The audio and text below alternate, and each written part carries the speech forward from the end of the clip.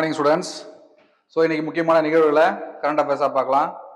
First news, NGT clears 92,000 crore Great Nicobar project, citing strategic importance, tribal consent, ecological concerns remain flash points. First நியூஸோட overview சொல்லிடுறேன். Nicobar ஐலாண்டில் கேலத்தியா bay கிட்ட infrastructure project வந்து comments பண்ணியிருக்காங்க. அந்த ப்ராஜெக்டோட whole value என்னன்னா 92,000 crores.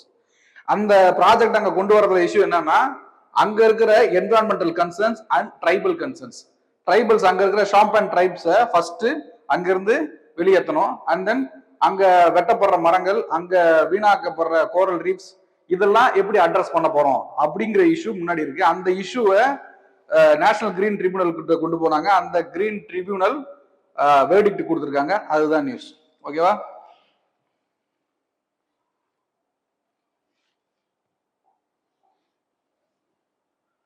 First, அந்த infrastructure ப்ராஜெக்ட்ல மேஜரா கொண்டு வர போறது டிரான்ஸ்ஷிப்மெண்ட் போர்ட். இந்த கேலத்தியா பே கிட்ட international port first, and then airport and power. இந்த பவர் இருக்கு இல்லையா, இந்த பவர் ஜெனரேஷனுக்கு 450 மெகாவாட் பவர் பிளான்ட். அந்த பவர் பிளான்ட் வந்து both LNG liquified natural gas and solar, இந்த ரெண்டு எனர்ஜி பேஸும் அந்த பவர் ப்ரொடக்ஷன் யூனிட்ல யூஸ் பண்றாங்க. அண்ட் தென் டவுன்ஷிப், இந்த ஆல்மோஸ்ட் 8,000 to 10,000 ஷாம்ப் அண்ட் ட்ரைப்ஸ் அந்த இடத்துல இருந்தாங்க. அந்த பீப்புள்ஸை மைக்ரேட் பண்ணி வேற இடத்துல போக வச்சுட்டு அந்த இடத்துல டவுன்ஷிப் பேஸ் பில்ட் பண்றாங்க. So people from the outside the Nicobar island will be put into the new townships. Tribunal balanced approach. So இப்போ இந்த ட்ரிபியூனல் இந்த முன்னெடுத்து வச்ச இஷ்யூஸுக்கு சொன்ன கோட்ஸ் என்ன? ஃபர்ஸ்ட் என்னன்னா, the corals are protected. அந்த கோரல்ஸ் இஷ்யூ இருந்துச்சு இல்லையா, அந்த கோரல்ஸை டிஸ்பிளேஸ் பண்ணிட்டாங்க, டிரான்ஸ்லோகேட் பண்ணிட்டாங்க. மிஷின்ஸை வச்சு அந்த கோரல்ஸை அடியோட அப்படியே எடுத்துட்டு போயிட்டு வேற இடத்துல டிரான்ஸ்லோகேட் பண்ணிட்டாங்கன்னா அங்கிருந்து அது திரும்பி ரீக்ரோ ஆரம்பிச்சிடும். So first issue resolved. அதுக்கப்புறம் கோஸ்டல் ரெகுலேஷன் ஜோன்.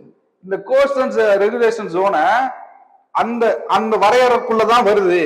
ஸோ அந்த இஷ்யூஸும் இல்ல அப்படின்னு சொல்லியும் வேர்டிக்ட் கொடுத்தாங்க. And then third, data adequate. இது என்ன விஷயம் அப்படின்னா, என்விரான்மெண்டல் இம்பாக்ட் அசஸ்மெண்ட் ஒரு ரிப்போர்ட் ரெடி பண்ணணும். அந்த ரிப்போர்ட்டும் பாசிட்டிவா கொடுத்துட்டாங்க. என்ன பாசிட்டிவ்னா, அந்த இன்ஃப்ராஸ்ட்ரக்சர் ப்ராஜெக்டை கொண்டு வரலாம்னு கொடுத்துட்டாங்க. ஸோ ஓவராலா கிரீன் பிளாக் கொடுத்துட்டாங்க NGT இந்த இன்ஃப்ராஸ்ட்ரக்சர் ப்ராஜெக்ட்டுக்கு.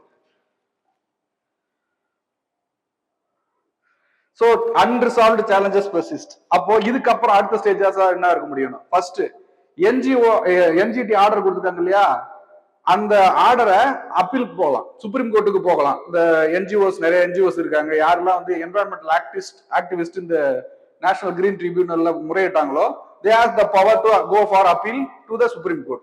அதுக்கப்புறம் கல்கட்டா ஹைகோர்ட்ல இந்த ஃபாரஸ்ட் கிளியரன்ஸ்க்கு கல்கட்டா ஹைகோர்ட்ல ஒரு டைரக்ஷன் வாங்க வேண்டியது இருக்கு. அது இன்னும் பெண்டிங்ல இருக்கு. இது ரெண்டும் மெயினான விஷயம், இதுக்கப்புறம் பிளேஸ் பண்ண வேண்டியது. ஸோ இப்போ நேஷனல் கிரீன் ட்ரிபியூனல் பத்தி தெரிஞ்சுக்கணும். It's a statutory body created in 2010. ஓகேவா? அதோட ஹெட் யாரா இருக்க முடியும்னா, retired supreme court judge or high court judge, இவங்க தான் ஹெட்டா இருக்க முடியும். அண்ட் தென் ஸ்பெஷலிஸ்ட், என்விரான்மெண்டல் பேஸ்ல இருக்கிற எக்ஸ்பர்ட்ஸ் அண்ட் ஸ்பெஷலிஸ்ட் அந்த டீம்ல இருப்பாங்க. 5 பெஞ்சஸ், ஒட்டுமொத்தமா இந்தியாவுக்குள்ள 5 பெஞ்சஸ். எந்தெந்த இடத்துலனா, டெல்லி தான் ஹெட் குவார்டர்ஸ் மாதிரி, பிரின்சிபல்ஸ். ஓகேவா? அந்த zonal benches in Pune, Bhopal, Chennai and Calcutta. இதெல்லாம் அதோட composition. And then it has application to resolve any dispute within 6 months. 6 monthக்குள்ள அந்த டிஸ்பியூட்டை முடிச்சு வேர்டிக்ட் கொடுத்துருக்கணும்ன்றது அதோட ஒரு சிறப்பம்சம். ஓகேவா? And then second news, India's AI impact summit opens to massive crowds, 2.5 lakh registrations, logistic glitches emerge. ஒரு AI சம்மிட் வந்து ஃபர்ஸ்ட் இந்த குளோபல் சவுத்ல இந்தியா வந்து ஹோஸ்ட் பண்ணாங்க. எங்கன்னா டெல்லியில. ஃபர்ஸ்ட் ஹிஸ்டாரிக்கலா ஒரு மூவ்மெண்ட் இது ஏஐக்காக. அப்படி ஹோஸ்ட் பண்ற நம்ம வர்றவங்கள கரெக்டா மெயின்டைன் பண்ணணும், அந்த இன்ஃப்ராஸ்ட்ரக்சர் கரெக்டா யூஸ் பண்ணிருக்கணும். So we done it. ஆனா அதுலயும் ஒரு சின்ன இஷ்யூஸ் இருந்துச்சு. ஏன்னா இந்த கிரௌட் மேனேஜ்மெண்ட் இஷ்யூ ஆயிடுச்சு. ஏன்னா ஆன்டிசிபேட் பண்ண கிரௌட்ஸை விட அதிகமாயிடுச்சு. 2.5 lakhs அப்படிங்கிறது வந்து ஹியூஜ் நம்பர். ஸோ முடிஞ்சிருச்சு, சப்மிட் சக்சஸ்ஃபுல்லா முடிஞ்சிருச்சு. ஆனா ஒரு சில இஷ்யூஸ் இருந்துச்சு. registration total வந்த registration 2.5 lakhs. Exhibition booth 400 plus exhibition boothனா ஒரு சில MSMEs ஒரு சில ஸ்டார்ட்அப்ஸ் வந்து அவங்களோட ஏஐ எக்ஸிபிஷன் அவங்களோட ஏஐல எவால்வ் பண்ண இல்ல அச்சீவ் பண்ண சம்திங் எக்ஸிபிட் பண்ணுவாங்க. அந்த மாதிரி 400 பிளஸ் பூத்ஸ் 100 ஷெட்யூல்ட் ஈவெண்ட்ஸ் இது எல்லாத்தையும் மெயின்டைன் பண்ணாங்க. 25 கண்ட்ரீஸ்ல இருந்து மேஜரா 100 கண்ட்ரீஸ்ல இருந்து ரெப்ரசன்டேட்டிவ்ஸ் வந்திருந்தாங்க. அதுல 20 prime leaders of each countries, அதாச்சும் ஒரு கண்ட்ரிஸோட பிரசிடென்டா இருக்கலாம் இல்ல பிரைம் மினிஸ்டரா இருக்கலாம். ஃபர்ஸ்ட் ஏஎஸ் லீடர்ஸ் இருக்காங்க இல்லையா, அவங்க 20 கண்ட்ரீஸ்ல இருந்து ஸ்டேட்டா வந்திருந்தாங்க. 100 கண்ட்ரீஸ்ல இருந்து ரெப்ரசன்டேட்டிவ்ஸ் மொத்தமா வந்திருந்தாங்க. சோ இதுல வந்து ஒரு சிறப்பம்சம் என்னன்னா டிஜி யாத்ரா வாஸ் டிப்ளாய்ட். டிஜி யாத்ரா அப்படிங்கிறது ஏர்போர்ட்ல ஒன்ஸ் a citizen walk inனா his facial recognition will be feeded in the Digi Yatra app. அந்த ஆப்ல நீங்க இது பண்ணிட்டீங்க, ரெஜிஸ்டர் பண்ணிட்டீங்க அப்படின்னா சோ நீங்க ஏர்போர்ட்ல போய் உங்களோட ஐடி கார்டை காட்டணும்னு அவசியம் இல்லை. Same method was deployed in the AI summit. அதுதான் நியூஸ். சோ அப்ப நம்ம டிஜி யாத்ரா பத்தி தெரிஞ்சுக்கணும். DigiYatra technology enabled paperless and contactless access யாரோட முன்னிலையில கொண்டு வந்ததுன்னா மினிஸ்ட்ரி ஆஃப் சிவில் ஏவியேஷன். ஒரு டிஜி யாத்ரா அப்படிங்கிறது ஒரு ஆப், அவ்வளவுதான். அந்த ஆப்ல நீங்க இந்த ஏர்போர்ட்ல இந்த டைம்ல நீங்க செக்இன் பண்ணி ஏர் ஃபிளைட்டை யூஸ் பண்ணுவீங்க அப்படின்னா அதுல இன்னொரு விஷயம் என்னன்னா once you took the flight அப்படின்னா after 24 hours your data in the DigiYatra app will be demolished itself. அதுவே clear ஆயிடும். So data privacy will be protected. இதுவும் அதோட ஒரு சிறப்பம்சம். And then food accommodation for the representatives will be had been provided by online food delivery apps and companies. ஒரு 50% தான் successful. அதனால தான் crowd management issue ஆச்சு. சேலஞ்சஸ், லாஜிஸ்டிக் ஹெர்டல்ஸ் சொன்ன இல்லையா, 2.5 lakhs மெம்பர்ஸை அகாமடேட் பண்ண முடியல.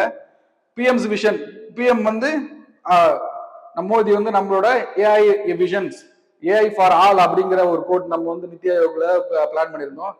ஸோ அதெல்லாம் முன்னெடுத்து பேசினாங்க. Third news, supreme court dismisses pleas against ஹிமத்தாஸ் hate speech, directs petitioner to High Court. Chief Justice of India warns against undermining constitutional courts. இந்த இஷ்யூவோட ஓவர்வியூ ஃபர்ஸ்ட் பார்த்தோம். இந்த ஹிமந்தாஸ் அப்படிங்கிறவர் யாருன்னா அசாமோட சிஎம். ஸோ அவரோட ஒரு ஏஐ வீடியோ அண்ட் அவரோட ஸ்பீச் வந்து வைரல் ஆகுது. அந்த ஸ்பீச் என்னன்னா முஸ்லீம் கம்யூனிட்டிஸை எதிர்த்து பேசுற மாதிரியும் முஸ்லீம் கம்யூனிட்டியில இருக்கிறவங்கள கன் எடுத்து ஃபயர் பண்ற மாதிரியான ஏஐ வீடியோ ரிலீஸ் ஆயிடுச்சு. So it's a part of hate speech. அப்படி ஹேட் ஸ்பீச் அப்படிங்கிற ஒரு எக்ஸ்க்ளூசிவா கொடுக்கப்பட்ட ப்ரொவிஷன் இல்ல, இன்டர்பிரட் பண்ண ப்ரொவிஷன் தான் அந்த ஹேட் ஸ்பீச். ஸோ அந்த ஹேட் ஸ்பீச் அப்படிங்கிற அந்த ஆங்கிள் இதை பார்த்து கேஸ் ஃபைல் பண்றாங்க. கேஸ் ஃபைல் பண்ணி ஹைகோர்ட்டையும் கிராஸ் பண்ணி சுப்ரீம் கோர்ட்ல வந்து நின்றுச்சு. ஸோ சுப்ரீம் கோர்ட்ல இருந்த சீஃப் ஜஸ்டிஸ் என்ன சொல்றாரு அப்படின்னா, இந்த ஹேட் ஸ்பீச்சுக்கான என்ன வெர்டிக்ட் கொடுக்க முடியுமோ high court have all the power to give the verdict, you should not come to supreme court அப்படின்னு சொல்லிட்டாங்க. ஏன்னா political parties are politicising the supreme court issues. அப்ப சுப்ரீம் கோர்ட்டோட ஒரு இஷ்யூ போயிடுச்சு அப்படின்னா இந்தியா ஃபுல்லா ஸ்ப்ரெட் ஆகுது. அப்போ அந்த பார்ட்டிக்கு political recognition, political angle for every issues can be created வியா சுப்ரீம் கோர்ட் அப்படின்ற ப்ரொவிஷனை முன்னெடுத்து இதுக்கெல்லாம் வர தேவையில்ல, don't politicize supreme court of India அப்படின்னு சொல்லி காட்டமா பேசிருக்காங்க. இதுதான் news. First court score reason. அப்படி பேசுறது யாருன்னா chief justice of India Suryakant. ஓகேவா? Hate speech. இந்த ஹேட் ஸ்பீச் அப்படிங்கிறது it's not just words, return ஸ்டேட்மெண்ட்லயா இருக்கலாம், வீடியோவா இருக்கலாம், or any other medium of exposing R conveying anything against a person or a group of persons, hated speech. அதுதான் hate speech. ஓகேவா? அது எக்ஸ்க்ளூசிவா எந்த ஒரு ஆக்ட்லயும் எக்ஸ்க்ளூசிவா கொடுக்கல. So it comes under interpretive provision. ஓகேவா? Hate speech pattern, AI generated video. நான் சொல்றேன் இல்லையா, அந்த முஸ்லிம் கம்யூனிட்டியா இவர் கன் எடுத்து ஃபயர் பண்ற மாதிரியான video, AI generated video X ஹேண்டில்ல ரிலீஸ் ஆயிருந்தது. எஸ்ஐடி ப்ரோப் வச்சிருந்தாங்க. யார் அந்த வீடியோவை ஸ்ப்ரெட் பண்ணா அதை நோக்கி பாடுறது. India lacks a single statutory definition for hate speech. Hate speech incites hatred, discrimination, violence. Discriminationன்றது ஒரு முக்கியமான ப்ரொவிஷன். ஹேட் ஸ்பீச்சுக்குள்ள டிஸ்கிரிமினேஷன் வருது. ஸோ ப்ரிலிம்ஸ் கொஸ்டின்ல ஹேட் ஸ்பீச் டிஸ்கிரிமினேஷன் வராது அப்படின்ற மாதிரி கேட்க வாய்ப்பு இருக்கு. ஏன்னா ரெண்டும் ஒரு அட்ஜஸ்ட் பாயிண்ட் மாதிரி. ஓகேவா? Constitutional balance. Article 19 clause 1 clause sub clause A guarantees free speech. Free speech வந்து ஆர்டிகல் 19 ஃப்ரீடம்ல கொடுத்துருக்காங்க. அதுல சம் ரெஸ்ட்ரிக்ஷனும் இருக்கு. ஸோ இப்போ ஒரு ஹேட் ஸ்பீச்சை ஃப்ரீடம் ஆஃப் ஸ்பீச்சா நீங்க யூஸ் பண்ணக்கூடாது அப்படின்றதுக்காக அங்கவே வந்து ரெஸ்ட்ரிக்ஷன்ஸ் கொடுத்துருக்காங்க. So fundamental rights are subject to restriction எல்லாருக்கும் தெரியும். அந்த ரெஸ்ட்ரிக்ஷன் என்னென்ன அப்படின்னு பார்த்தோம்னா, people should maintain public order. Public மக்களுக்குள்ள இருக்கிற அந்த ஆர்டரை மெயின்டைன் பண்ணும். மிஸ்பிகேவோ இல்லை ஏதாவது கம்யூனல் கிளாஷை ப்ரொவோக் பண்ற மாதிரியான ஸ்பீச்சஸ் இருக்கக்கூடாது. First decency, security, incitement. செக்யூரிட்டினா national security and internal security. லோக்கலா ஒரு டிஸ்ட்ரிக்ட்லயா இருக்கலாம், ஒரு ஏரியாவா இருக்கலாம், அங்க இருக்கிற செக்யூரிட்டியை குலைக்கிற மாதிரியான விஷயங்களோ இல்ல இன்டர்நேஷனல் ரிலேஷன்ஸ்குள்ள இருக்கிற செக்யூரிட்டிஸை குலைக்கிற மாதிரியான விஷயங்களோ எதுவுமே பேசக்கூடாது. ஓகேவா? அதெல்லாம் பேசிட்டு அது ஃப்ரீடம் ஆஃப் ஸ்பீச் நீங்க கிளைம் பண்ண முடியாது. அதுதான், அதுக்காக தான் அந்த ரெஸ்ட்ரிக்ஷன். Key provisions. இதுக்கு முன்னாடி இருந்த provisions for hate speech section ஐபிசில section 153A promoting enmity. So அந்த செக்ஷன் 153Aல ப்ரொமோட்டிங் எனிமிட்டி அப்படிங்கிற ஒரு வேர்டு இருக்கு. ஸோ அந்த ஹேட் ஸ்பீச்சை இன்டர்பிரட் பண்றதுக்கு ஒரு சாட்டிவேட்டரி ப்ரொவிஷன், அதுக்காக தான் இது கொடுத்துருக்கு. அதே மாதிரி 295A 505(2) கிளாஸ் 2 இது எல்லாமே it's indirectly quoting the hate speech. Shreya Singhal case law commission view. Law commission view என்ன சொல்லியிருக்காங்கன்னா, ஸோ இந்த ஹேட் ஸ்பீச்சுக்கு கிளியர் டெஃபினிஷன் இல்லை, ரொம்ப வேகா இருக்கு. இந்த அது இன்டர்பிரட் பண்றோம் இல்லையா, ரொம்ப வேகா இருக்குன்னு சொல்லி எடுத்துருக்காங்க. Next, supreme court to examine if DPDP Act deals bloody blow to RTI refers constitutional challenge to larger bench. என்ன இஷ்யூ அப்படின்னா, இப்போ data protection digital personal data protection act அப்படின்ற ஒரு ஆக்டை என்ஹான்ஸ் பண்ணியிருக்காங்க. அந்த ஆக்ட் எதை டச் பண்ணது, எதோட லிங்க் பண்ணது என்னன்னா, right to information act 2005 link பண்ணுது. ஸோ இப்போ அந்த DPDP ஆக்ட்ல ஒரு ப்ரொவிஷன் வந்து எக்ஸிபிட் பண்றாங்க. அந்த ப்ரொவிஷன் என்ன அப்படின்னா, there is no need to disclose personal information அப்படின்னு சொல்லி ஒரு பெரிய லைனை இன்ட்ரோடியூஸ் பண்ணிடுறாங்க. ஸோ இப்போ RTI ஆக்ட்ல இதுக்கு முன்னாடி இருந்த லைன் பர்சனல் இன்ஃபர்மேஷன் கொடுக்கணும் அவசியம் இல்லை. எக்ஸம்ஷன் என்னன்னா,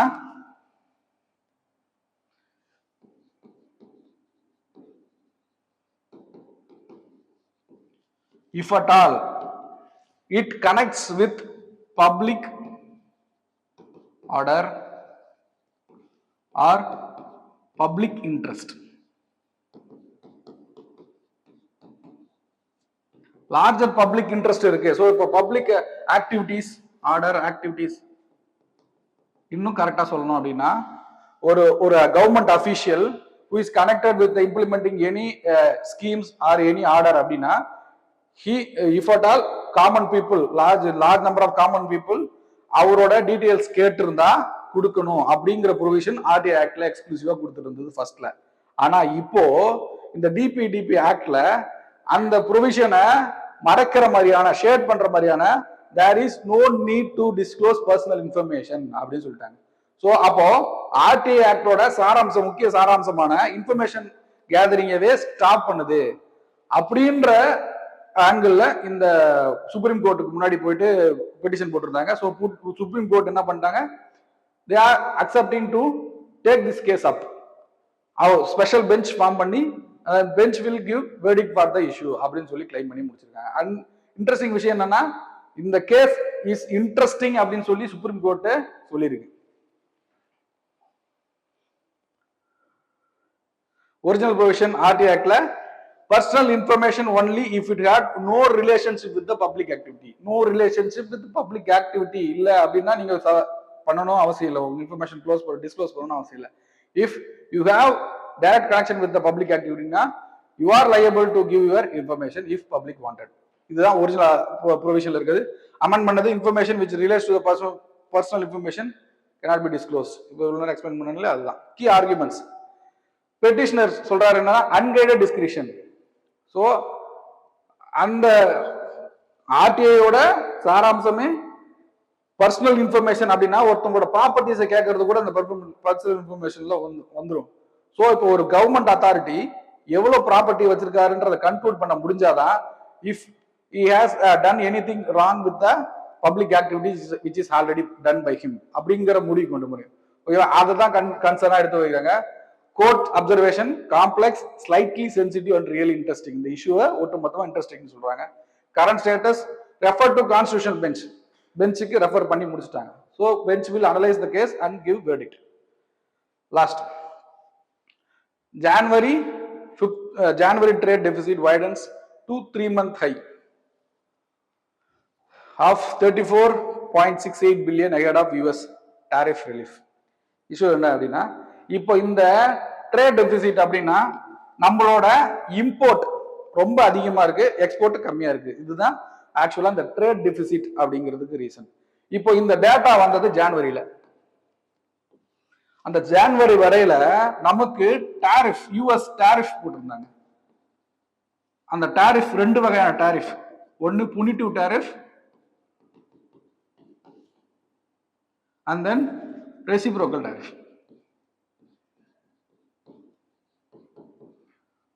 After too much of negotiation, this punitive tariff has been struck down and reciprocal tariff reduced from 25 to 18.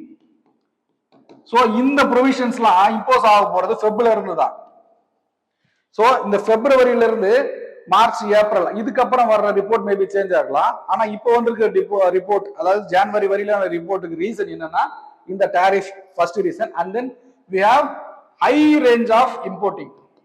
High range of importing என்ன இம்போர்ட்னா கோல்டு அண்ட் சில்வர்.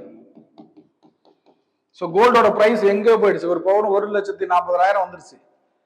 அப்படி இருந்து இம்போர்ட் அதிகமாயிட்டே தான் இருக்கு. ஸோ இதுதான் ரெண்டு பிரைம் ரீசன் நம்மளோட ட்ரேட் டெபிசிட் இந்த அளவுக்கு 34 பில்லியன் அளவுக்கு ஆனது. இதுக்கு முன்னாடி வெறும் 20 பில்லியன் தான் இருந்துச்சு. இந்த டாரிஃப் அண்ட் கோல்டு இம்போர்ட்னால இவ்வளவு தூரம் அதிகமா இருக்கு.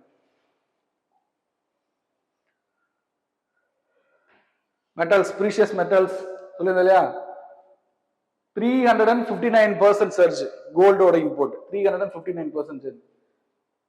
சில்வரோட இம்போர்ட் 2 பில்லியனுக்கு, எக்ஸ்போர்ட் ஃபெல் 5%. எக்ஸ்போர்ட் ஆக்சுவலா எக்ஸ்போர்ட்டும் போக முடியல. ஏன்னா இந்த டாரிஃப் நம்ம இன்னும் டாரிஃப் அங்க அதிகமா போட்டதுனால சுத்தமா போவே இல்லை. எக்ஸ்போர்ட்டும் குறைஞ்சிருச்சு, இம்போர்ட் அதிகமாயிடுச்சு. அதனாலதான் இந்த ட்ரேட் டெபிசிட் வந்து ரொம்ப வைடண்ட் ஆயிருக்கு. இப்போ நம்ம ஃபைல் பண்ணிருக்கிற, இப்போ நம்ம சைன் பண்ணிருக்கிற US trade deal and European union கூட ட்ரேட் டீல் சைன் பண்ணிருக்கோம். After the implementation of these 2 trade deals our trade value maybe increase. அப்போ இந்த ட்ரேட் டெபிசிட் வந்து குறைய வாய்ப்பு இருக்கு. ரிலீஃப் ஸோ ஆகஸ்ட் 2025ல போடப்பட்டது, பிப்ரவரி 2026ல 25%, மார்ச்ல 18%. அந்த இது சொன்னது ரெசிப்ரோக்கல் டாரிஃப் குறைஞ்சது இல்லையா அது. And then last editorial, one of the important editorial today, which was written by our CM, Tamil Nadu CM Stalin. என்னன்னா, India's federalism needs a structural reset. Stalin releases landmark report calls for recalibration, not weakening of union. So இந்த எடிட்டோரியலோட ஒரு crux என்ன அப்படின்னா, ஒரு committee ஒன்று form பண்ணியிருந்தாங்க. அந்த கமிட்டியோட ரிப்போர்ட்டை வச்சு இந்த எடிட்டோரியல். அந்த கமிட்டி எதற்காகனா, சென்டர் ஸ்டேட் ரிலேஷன்ஷிப் எந்த அளவுக்கு இருக்கு, how to restructure our union relationship அப்படிங்கிறத வச்சுக்கான ரிப்போர்ட். ஓகேவா? இந்த இடத்துல அவர் சிஎம் என்ன சொல்றாரு அப்படின்னா, கான்ஸ்டிடியூஷன் ஃப்ரேம்ட் இன் 1940s, அந்த ஃப்ரேம் பண்ணக்குள்ள ஒரு அன்சைட்டி, நம்ம 200 வருஷமா அடிமைப்பட்டு கிடந்த ஒரு அன்சைட்டில ஃப்ரேம் பண்ணது. சோ பெடரலிசத்துக்கு நம்ம அவ்வளவு முக்கியத்துவம் கொடுத்திருந்தது அப்ப அந்த டைம்ல கொடுத்திருந்தது. ஓகே, நம்ம இப்ப ரீஸ்ட்ரக்சர் பண்ணி இன்னும் ஸ்ட்ரென்தன் பண்ணணும் அப்படிங்கிற பாயிண்ட முன்னெடுத்து வைக்கிறார். ஓகேவா? அதுல ஒரு சில டேட்டாஸ் கொடுத்திருக்காரு, ஒரு சில ஜட்ஜ்மெண்ட்ஸ் கொடுத்திருக்காரு, நம்ம அதை படிக்கணும். சோ அந்த ஹை லெவல் கமிட்டியோட ஹெட் யாரு அப்படின்னா, retired supreme court justice Kurian Joseph. அவர் கொடுத்த ரிப்போர்ட்டின் அடிப்படையில் தான் இந்த editorial. Guideline philosophy, autonomy to the states. So quotes எடுத்து வச்சிருக்காரு. யார் யார் என்ன கொடுத்தாங்க, மிஸ்டர் கருணாநிதி அவர் சொன்ன ஸ்டேட்மெண்ட்னா, autonomy to the states, federalism at the centre. Autonomy to the states அப்படின்னா, state must have autonomy over its economic and governance principle இருக்கணும் அப்படின்னு சொல்லி சொன்னவர் தான் கருணாநிதி. அதை தான் சொல்றாங்க. Historical warning. கான்ஸ்டியூவன்ட் அசம்பிளியில பேசின ஒருத்தர் கே சந்தானம், அவரு ட்ரூ ஃபெடரலிசம் இன்னும் என்ஹான்ஸ் பண்ணணும். அப்ப அந்த 1940ஸ்ல ரெடி பண்ண 1947 டிசம்பர் 9ல இருந்து ஆரம்பிச்சு 1950 ஜனவரி 26ல வந்த கான்ஸ்டியூவன்ட் புக்ல, கான்ஸ்டிடியூஷன் புக்ல கொடுக்கப்பட்டுள்ள ஃபீச்சர்ஸ் வந்து இன்னும் ஸ்ட்ரென்தன் பண்ணணும். அப்ப அசம்பிளில இருந்த சந்தானமே சொல்லியிருக்காரு அப்படிங்கிறத கோட் பண்ணிருக்காங்க. ஜுடிஷியல் பேங்கிங்ல எஸ்ஆர் பொம்மாய் கேஸ் 1994ல ரொம்ப ஃபேமஸான கேஸ். அந்த கேஸ்ல இருக்கிற பொசிஷன்ஸ், அதாவது வேர்டிக்ட்ல இருக்கிற பொசிஷன்ஸ் எல்லாமே ஃபெடரலிசம் ஸ்ட்ரென்தன் பண்றதுக்கு ஸ்டேட் அடானமிக்கு கொடுக்கறதாக இருக்கும். அதுல வந்த ஒரு முக்கியமான பாயிண்ட் என்னன்னா பேசிக் ஸ்ட்ரக்சர். என்ன, federalism is a part of constitution and it is basic structure. Basic structure அப்படின்னா கான்ஸ்டியூவன்ட் எப்படி சொல்றது, அதை அமெண்ட் பண்றது ரொம்ப கஷ்டம். பேசிக் ஸ்ட்ரக்சர்னா ஓகேவா, அதை அமெண்ட் பண்ணவே முடியாது. அந்த 1994ல வேர்டிக்ட்ல இந்த ஃபெடரலிசம் தூக்கி பேசிக் ஸ்ட்ரக்சர்ல வச்சிட்டாங்க. கீ ஏரியாஸ் ஆஃப் ரிஃபார்ம், எந்தெந்த ஏரியால ரிஃபார்ம் வரணும்னு சொல்லி அவரே சொல்லியிருக்கு. கவர்னர்ஸ்ல இப்போ ஒரு சில ஆக்ட்ல சைன் பண்ண மாட்டாங்க இல்லையா, இஷ்யூஸ் எல்லாம் சுப்ரீம் கோர்ட் வரைக்கும் போச்சு. ஸோ கவர்னர்ஸோட பவர்ஸ் அண்ட் எக்ஸிகியூஷன்ல சேஞ்சஸ் வேணும், லாங்குவேஜ் பாலிசியில சேஞ்சஸ் வேணும், ஜிஎஸ்டி ஃப்ரேம் ஒர்க்ல சேஞ்சஸ் வேணும், எஜுகேஷன் அண்ட் ஹெல்த்ல சேஞ்சஸ் வேணும், அண்ட் அட்டானமி வேணும். இது எல்லாம் அந்த எடிட்டோரியல்ல கோட் பண்ணியிருக்காரு. Mark question. NGT clearance of Great Nicobar project while citing strategic importance highlights the inherent tension between development and environmental conservation. So அந்த Nicobar project வந்து ஸ்ட்ராட்டஜிக்கலா ரொம்ப இம்பார்ட்டன்டான ப்ராஜெக்ட், நமக்கு தேவை. ஆனா என்விரான்மெண்டல் கன்சர்னையும் நம்ம உள்ள எடுத்துக்கணும். அதுதான் இந்த ஃபர்ஸ்ட் லைன், ஃபர்ஸ்ட் அந்த ஸ்டேட்மெண்டோட மீனிங். ஓகேவா, critically examine the adequacy of the environmental safeguards. இப்போ என்விரான்மெண்டல் சேஃப்கார்ட்ஸா அந்த கோரல் டிரான்ஸ்ஃபர்மேஷன் சொல்லியிருக்காங்க. ஒரு சில ப்ரொவிஷன்ஸ் கொடுத்துருக்காங்க இல்லையா, அந்த CRZ coastal regulation zone approve பண்ணிட்டாங்க, இம்பாக்ட் அசஸ்மெண்ட் அப்ரூவ் பண்ணிட்டாங்க. ஸோ இது எல்லாம் கொடுத்துருக்கிற டேட்டாஸ் அண்ட் கன்க்ளூஷனை கிரிட்டிசைஸ் பண்ணணும். And challenges in the balancing competing national interest. So அதை கிரிட்டிசைஸ் பண்ணிட்டு நேஷனல் இன்ட்ரெஸ்ட், பீப்புளோட இன்ட்ரெஸ்ட் எப்படி இருந்தாலும் செக்யூரிட்டிக்காக தானே வரப்போகுது, இதை கன்க்ளூட் பண்ணி 2 பேஜ்ல 150 வேர்ட்ஸ்ல மெயின்ஸ் கொஸ்டின் எழுதி போட்டோ எடுத்து அனுப்ப கண்டிப்பா திருப்பி தருவோம்.